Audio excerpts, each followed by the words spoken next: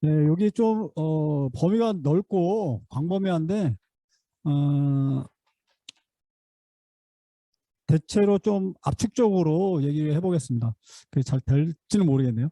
먼저 그 미중 경제 이제 패권 경쟁이라고 했는데 사실상 이제 패권이라는 말은 조금 애매하고 하여튼 그 심화 과정에서 이번에 문제도 제기되는 것 같고요. 그래서 먼저 그 구조를 보면 미중 경제 대립의 구조를 먼저 좀 봐야 되는데 그거는 한마디로 말하면 글로벌 불균형이다 이렇게 말할 수 있고요. 그 글로벌 불균형이라는 건 어떤 거냐면 중국은 상품을 수출하고 어, 간단히 얘기할게요. 그러니까 미국은 상품을 수입하고 달러를 찍어서 부채를 얹어서 수입하는 거죠. 그걸 어디 버는 게 아니라. 그래서 이게 한쪽은 생산만 하고 한쪽은 계속 수입만 하는 체계인 거고, 그리고 다른 한쪽에는 부채가 쌓이는 구조죠. 이런 거는 상호 수출하고 상호 이렇게 해야 되는데 이게 이 균형을 이룰 수 없고 어느 한순간에 그런 체제를 유지할 수 없는데 그걸 이제 글로벌 불균형이라고요. 그런 것들이 심화돼 오다가 세계화에서 심화돼 오다가 2008년에 그 문제가 폭발했죠.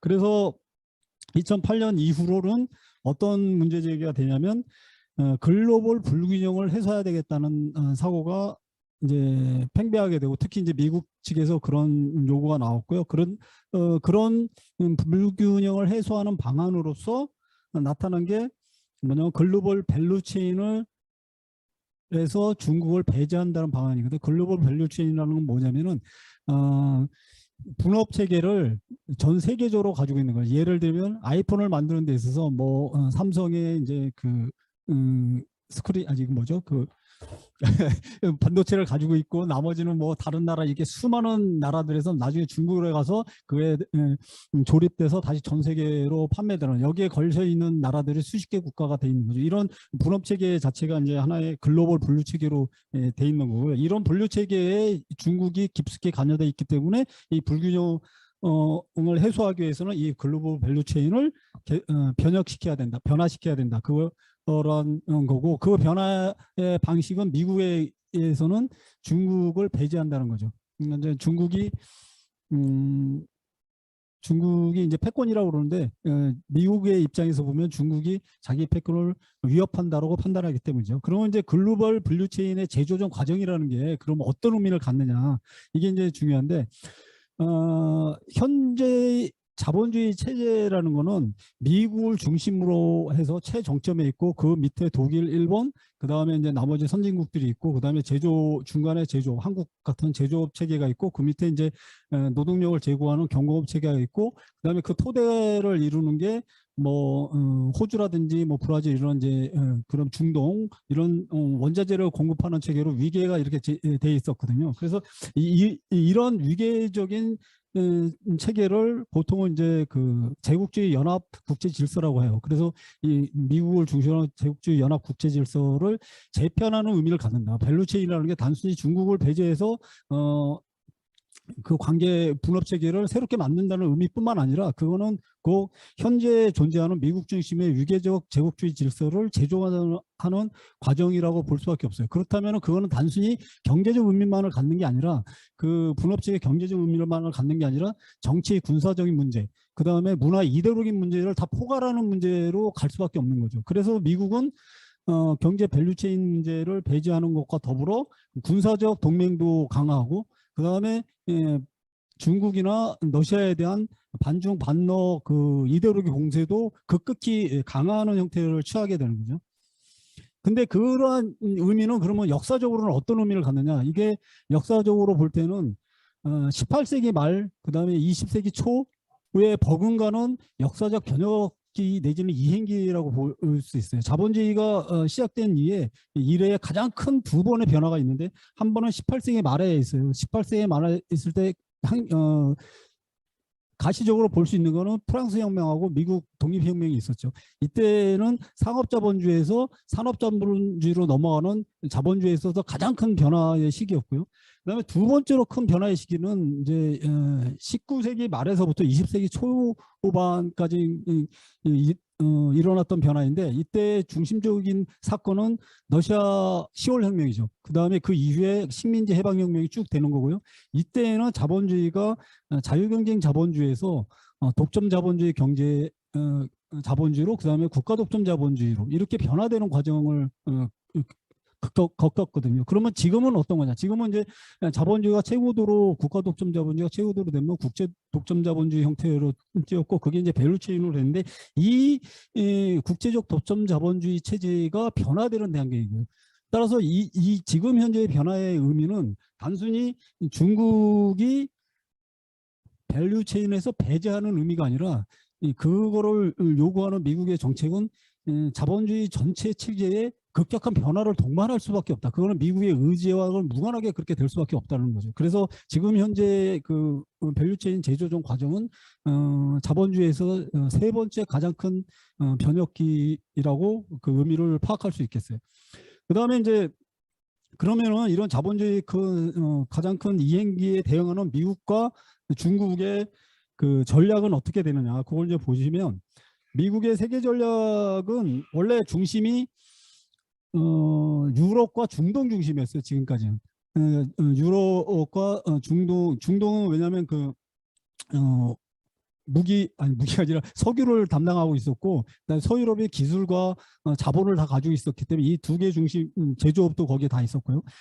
하지만 이게 중국의 부상으로 인해서 중국이 제조업 부분을 다 거의 이제 허브로 동아시아가 나타나면서 중심 문제를 피보트 아시아로 해서 오바마 때 아시아 중심으로 이제 넘어가게 되죠. 미국의 중심 정책이. 그리고 이제 그러면서 중국 봉쇄 이번에 이제 그 대중국 정책은 중국 봉쇄 정책인데 그러니까 이거는 이제 1945년 이후부터 시작됐던 대소 봉쇄 정책의 새로운 버전, 중국판 버전이라고 이제 생각이 돼서 그래서 이제 행간에는 신냉전이다. 구소련 때는 구냉전이고 지금 이제 구소련이 아니라 중국어로는 신냉전이라고 얘기하고 있는데 여기에는 냉전에는 세 가지 측면이 아까도 말씀드린 것처럼 작용하고 있어요. 경제, 군사, 그다음에 이제 이데올로기 세 가지 측면에 돼 있어서 제기하고 있고 이런 것들을 그대로 적용한 게 이번에는 대중국 포위 전략을 쓰는 거죠. 그 대중국 포위 전략에 있어서 경제적으로는 중국을 밸류체인에서 배제하는 거. 그다음에 군사적으로는 중국 주변에 중심적으로는 중거리 탄도미사일을 배치하는 거거든요. 그러니까 이제 일본이나 그다음에 밑에 이제 한국도 거기에 포함될 수도 있는데 한국 같은 경우에는 이제 반발이 워낙 심해서 사드 같은 경우 그런 거죠. 그게 이제 중거리 탄도탄을 배치하기 위한 사전 작업들이거든요. 그 중거리 탄도탄을 배치하는 거는 이거는 장거리 탄도탄하고 비교해서 요격이 거의 불가능한 거예요. 중거리 탄도탄 시간이 짧아서. 그래서 주변에 배치하면은 군사적으로 위협을 느끼고 군사적으로 대응할 수 있는 시간이 없게 되는 거. 이런 게 이제 군사적으로 나오는 거고, 그다음 문화 이데올로기적으로는 중국을 전체주의라고 규정 내리고 자유주의적인 가치에 반하는 선전들을 한 2015년 이후부터 광범위하게 진행하고 있거든요. 이건 이제 그 여러 가지 이제 공작들이 되는 거죠. 그래서 그게 지금 서서히 해서 2015년 이후로 반중 정서가 전 세계적으로 급격히 늘어나는 정서를 볼 수 있고, 그건 대한민국에서도 그런 정서는 피부로 와닿게 느낄 수 있을 거예요. 이렇게 세 가지 측면에서 미국이 대중국 포위 전략을 쓰고 있다. 그래서 1차적으로는 약간의 성과를 내고 있어요. 그러니까 쿼드, 그 다음에 군사적으로는 오커스, 그 다음에 이제 경제적으로는 IPEF 이런 세 가지 정도의 삼중 포위망이 일단은 1차적으로 완성된 것 같고요. 그래서 그런데 요게 이제 그 경제적인 측면, 군사적인 측면인데 이데올로기 측면에서는 소위 이제 바이든이 들어서면서 이데올로기 공세가 강화되기 시작했죠. 그래서 이제 가치 동맹이라는 형태로 이데올로기 전선을 구축해 나가고 있고, 이거에 대한 목표는 이데올로기 부분이 가치 동맹이 상당히 위험한 건데 이 앞에 군사적인 거나 이런 여러 가지 타협점이 있을 수가 있어요. 그러니까 이제 경제적인 거 타협이나 거래를 할 수가 있는데 이 이데올로기 부분은 타협이나 거래가 불가능한 측면에서 되게 위험하거든요. 그래서 그 궁극적인 목적은 뭐냐면 최대 목적은 공산당의 해체, 중국 공산당의 해체, 그다음에 최소 목적은 다당제 도입이 되는 거죠.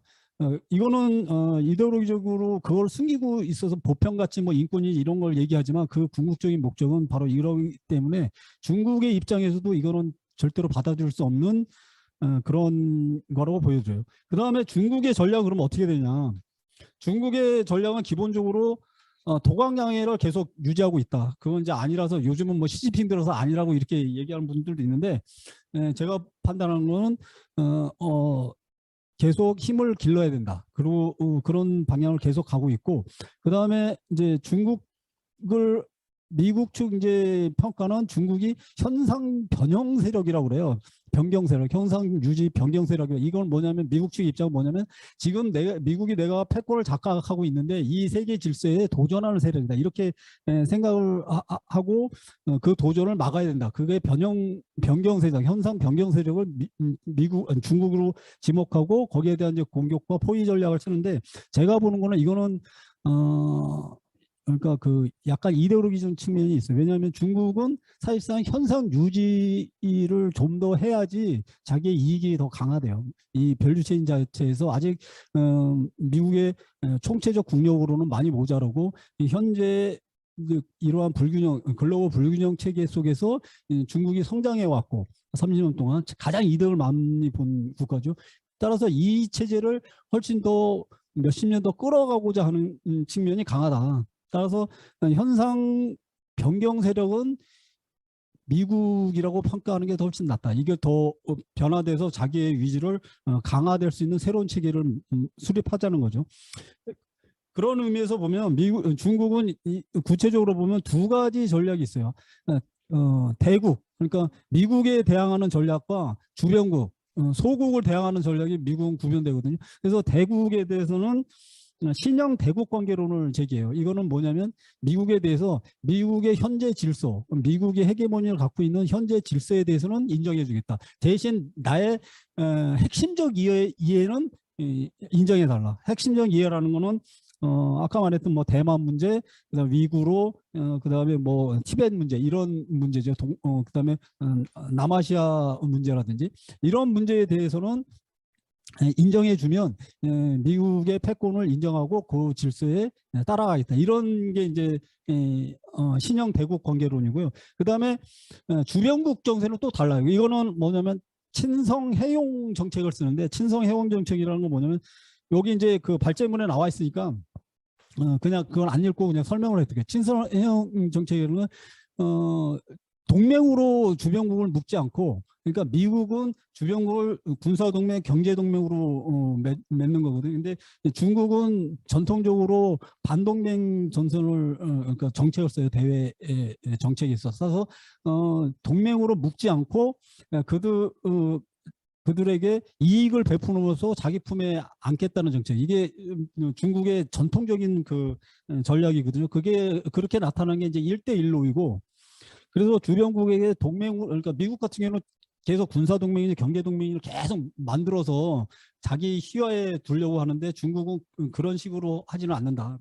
그래서 그걸 보면은 이제 주변국에게 외교 정책이 그걸 이제 그 친선관계를 유지하고 이익을 대게 해서 나에게 포용한다. 이런 정책이거든요. 그래서 좀 다르고 그러면은 중국이 이런 정책을 쓰는 이유는 뭐냐면은 아직 미국의 정면으로 대응하는 게 힘들다. 그러면 미국이 아시아 중시 전척을 하면서 동진을 하는 거죠. 그러니까 그러니까 동쪽으로 오는 거죠. 미국 입장에는 동진이죠. 그러니까 아시아, 북아시아 이제 그 중에 핵심인 한미일 군사 동맹을 형성하고 한미일 이제 FTA 내지는 아까 말했던 그 경제 블록을 미국은 좀 빠졌으면 경제 블록을 해서 만들어내는 건데 여기에 정면으로 대응해서 반발하기보다는 중국은 그거를 피해서 서쪽으로 진출을 하는 거예요. 그게 이제 1대1로 전략이에요. 그래서 중앙아시아나 아니면 중동이나 유럽 쪽으로 가는 거지. 그 자기의 그 힘의 역량을. 이거는 미국의 공격의 예봉을 피하고 적의 약한 지점으로 간다는 이제 전통적인 이제 그 빠치한 전략의 하나의 이론이라고 생각이 들어요. 그래서 1대1로라는 게 원래 그 1대1로의 종착역으로 보면 한반도가 돼야 되는데 한반도로 빠져 있어요. 그 1대1로 종착역에서. 그러니까 중국 본토에서 시작해가지고 예, 가거든요. 그렇게 된 거고, 그다음에 경제 전략으로는 그 쌍순환 정책을 쓰고 있습니다. 쌍순환은 내순환과 외순환이 있는데 뭐 자세한 내용은 이제 발전을 좀 보시고, 내순환의 목적은 새로운 밸류 체인을 만든다는 거예요. 그 국내 시장을 기반으로 해서 새로운 밸류 체인을 만든다는 거고, 거기에 중심적인 거는 첨단 기술이고요. 외순환은 현재 밸류 체인 자체를 외순환인 건 무역을 하는 거거든요. 내순환은 내수를 하는 거고, 무역을 하는데 지금 현재 밸류 체인을 강화 온전시키는 거죠. 그거는 이제 예를 안 들고 넘어갈게요. 그런 거는 제가 시간이 없으니까. 그 다음에 이제 문화적으로는 공자주의를 보편화시켜요. 그러니까 이제 사회주의를 내세에 우는 거는 보편성이 떨어진다고 판단하고 공자주의를 내서 공자학교를 전 세계 이제 중국 공산당의 그 자금으로 했는데, 여기에 반발해서 캐나다와 미국은 이제 그 공자학교를 폐쇄했죠. 그 다음에 이제 따라서 이러한 이제 그 중국의 구상은 전망은 크게 두 가지 중에 하나예요. 그러니까 세계를 3분지계로 하느냐, 이거는 현상유지적 체계거든요. 뭐냐면 중심 국가가 유럽의 독일, 아시아의 중국, 그다음에 아메리카의 미국이니까 이 현상 체계를 약간 변형시키는 거예요. 이게 지금은 밸류체인으로 다 연결되어 있는데, 이거를 각각의 밸류체 체계를 만들고 이 체계에 기초해서 수평적인 관계를 가지자. 지금은 미국이 중심이고 그 밑에 유럽, 아시아가 이렇게 있는 거거든요. 이런 위계 질서를 깨고, 이게 이제 신형 대형국 관계 이론이에요. 그래서 평등하게 가자. 대신 미국에게 지분을 더 많이 줄게. 뭐 이런 형태이고, 이거는 이제 중국이 생각하는 이상적인 거고, 근데 그렇게 되면 러시아, 요번에 전쟁을 러시아나 인도나 브라질이나 그다음에 이제 남아프리카 공화국 같은 경우, 이런 경우에는 자기 지분을 또 요구하게 되죠. 그래서 조금 지금은 약간 이 후자 쪽으로 다각화되는 방식으로 하는데, 이러면 이제 브릭스 형태로 돼서 각각의 소대장들을 인정하는 거예요.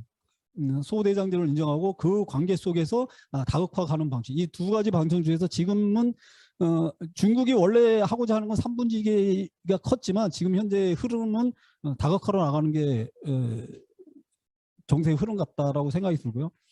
그래서 현재 이제 미중 경제 전쟁에 격화되는데, 요거는 되게 복잡하지만 간단하게만 설명드릴게요. 미국이 제기하는 거는 세 가지 방식이에요. 협력, 경쟁, 대결이거든요. 협력은 뭐냐면은 뭐 기후 위기나 전염병 이런 문제, 핵무기 관련 협력하고 중국이랑. 그다음에 경쟁은 경제적인 거, 기술 경쟁, 이건 경쟁한다. 대신 대결은 이데올로기, 아까 말했던 이데올로기, 가치 동맹 이런 거는 대결해서 제압하겠다, 이런 방을상을 하고 있는데, 그 부분을 아까 설명했으니까 넘어가고, 지금은 경제 부분에 있을 때 경제 부분도 세 가지 부분으로 나눠서 진행돼요. 하나는 무역 관세, 그다음에 두 번째 기술, 그다음에 세 번째 금융이거든요. 무역 관세 전쟁은 이제 트럼프가 제기를 했었고 사실상 패배했다고 보여져요. 무역 관세는. 그러니까 지금 현재 진행되고 있는 기술이에요. 기술도 트럼프가 제기했지만 기술을 공격할 수 있는 특징은 뭐냐면, 현대 첨단 기술이라는 게 군순위, 민순위가 구분이 안 돼요. 옛날에 같은 경우 구분이 돼서 군수를 했는데, 지금은 다 연결돼 있기 때문에 반도체도 다 군수예요. 스마트들.